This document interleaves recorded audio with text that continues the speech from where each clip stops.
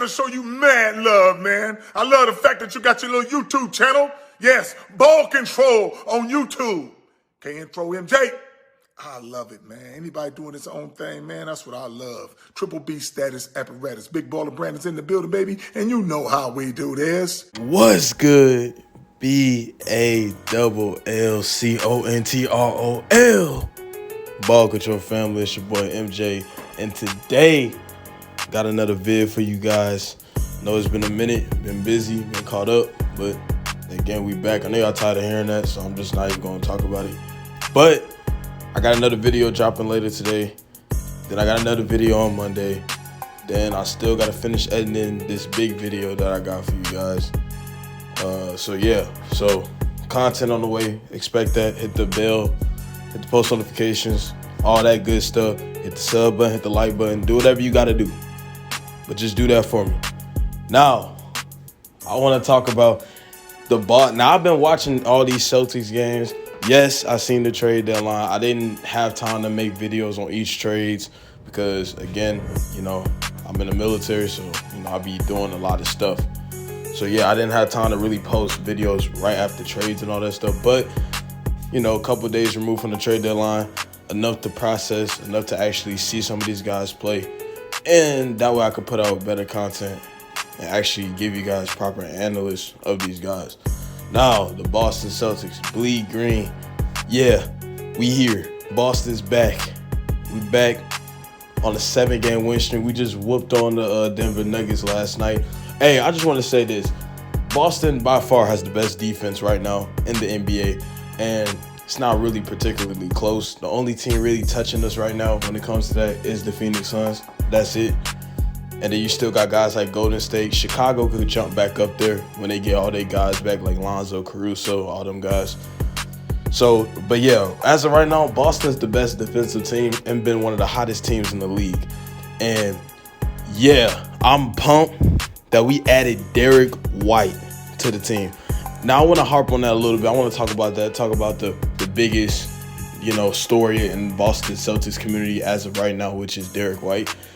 Yes, but Derek White is going to help the Boston Celtics better than Josh Richardson.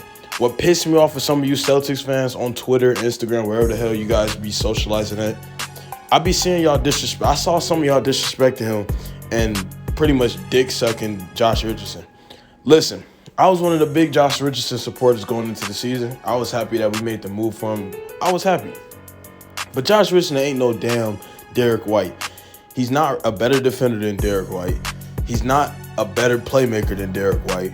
He shoots better than Derek White, I'll give you that, because Derek White, I think, on the season shooting about like 31 to 32% from beyond the arc, and Josh Richardson shooting about 40%. So he's a better three-point shooter. But Derek White isn't no slouch. Actually, within his last 6 games, he was shooting about 37, 39% from three with the Spurs. So Derek White has actually been on a tear, a quiet tear that no one's talking about.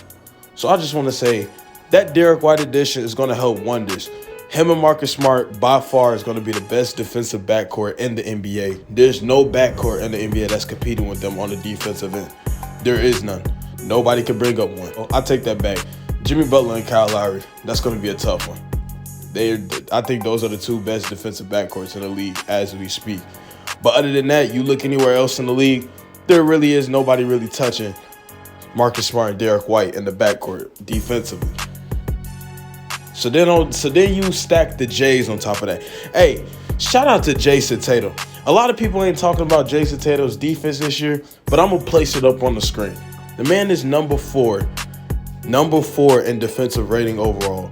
And he's first in defensive win shares, and you guys see the rest of the numbers. Jason Tatum has been on a tear on the defensive end of the ball this season. He needs to be up there in the conversation for one of the best defenders at the small forward spot, if not arguably the best defender at the small forward spot this season. I mean, come on now. I'm not saying he should be Defensive Player of the Year, but he damn sure needs to be on the all-defensive team. Whether you can make the argument for first team, second team, third team, it don't matter.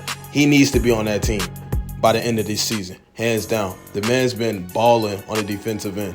He's been a little bit inconsistent, with his three-point shooting this season, his efficiency this season, but nonetheless, the man's still putting up over 25 points per game. Jason Tatum has been on the tear. Jaylen Brown, same thing. He hasn't been as good on defense as far as help defense. He's never really been like a great off-ball defender, but Jaylen Brown is still a damn good defender. But Jason Tatum, shout out to him on his defense this year. I know a lot of people, again, isn't talking about it. A lot of people ain't really been bringing it up. A lot of people just stay bringing up his inefficiencies and stuff. But he's been killing on the defensive end of the ball. And Tatum has always been a good defender. But this year, he's taking it to another level. And everybody needs to shut the hell up about his passing. The man passes. He has been on a tear of passing the ball as well. He's always been improving on his playmaking. It's just motherfuckers in the beginning of the year just couldn't hit their shots. He was playing with guys who couldn't hit their shots. A lot of people didn't know they rolled well, and it was a new system. So Jason Tatum's playmaking and defense, I just want to give great credit to, because a lot of people ain't talking about it, especially his defense. He has become one of the better two-way players in the NBA. But the Celtics, they need to at least have 3 defensive players on the all-defensive teams. I don't care. 3 players on the all-defensive team. I do not care. Smart and Robert Williams are locks, and Jason Tatum. They need to be on the all-defensive team. The Celtics should have 3 players on the all-defensive team by the end of this year. Hands down. They have been the best defense in the NBA, and it hasn't really been particularly close that much. But anyway, I got another video for y'all later today. Salute everybody at home. Salute everybody watching the video. Stay tuned. Hit them noties. I'm out. Peace.